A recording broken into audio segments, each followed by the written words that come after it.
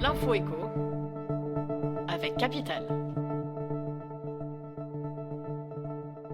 On commence avec le chiffre du jour 10 centimes. La remise carburant mise en place par l'exécutif pour soutenir le pouvoir d'achat des automobilistes vient de diminuer. Alors qu'elle était de 30 centimes par litre depuis le 1er septembre, elle est passée ce mercredi 17 novembre à 10 centimes et elle disparaîtra le 31 décembre. Concrètement, quel est l'impact de la diminution de cette aide sur votre portefeuille ? Pour y répondre, Capital a procédé à des simulations selon différents profils d'automobilistes. Conducteur urbain, utilisant sa voiture pour aller travailler, commercial, infirmière en zone rurale. Découvrez sur notre site le coût que vous paierez en plus avec la fin de la remise carburant. On enchaîne avec le mot du jour, taux marginal. Parce que le consentement à l'impôt des ménages s'est fortement dégradé ces dernières années, les députés ont voté un amendement au projet de loi de finances rectificative qui force l'administration fiscale à faire figurer sur l'avis d'imposition des contribuables leur taux marginal et leur taux moyen.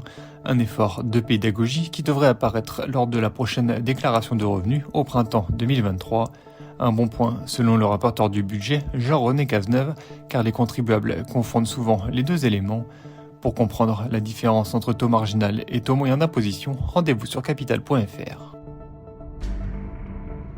On poursuit avec l'info pratique. Le 1er janvier 2023, les adhérents à la caisse de retraite des professions libérales, CIPAV, vont voir le recouvrement de leur cotisation retraite transférée à l'URSSAF. Le but de ce changement pour les usagers, la simplification des démarches avec un interlocuteur unique et le bénéfice de nouveaux services. Le principal impact pour les cotisants sera le changement de calcul de la cotisation pour la retraite complémentaire. Il va passer d'un système par tranche de revenus à un calcul proportionnel à partir du 1er janvier 2023. Plus de détails sur ces changements sur notre site. Une bonne nouvelle pour finir, avec l'augmentation des aides à la rénovation énergétique des logements. Le gouvernement vient d'annoncer 2 coups de pouce à destination des ménages. Le premier concerne les classes moyennes avec le maintien et l'augmentation en 2023 des subventions accordées en cas de rénovation globale par des bouquets de travaux. La prime passera ainsi de 7 000 à 10 500 euros par logement.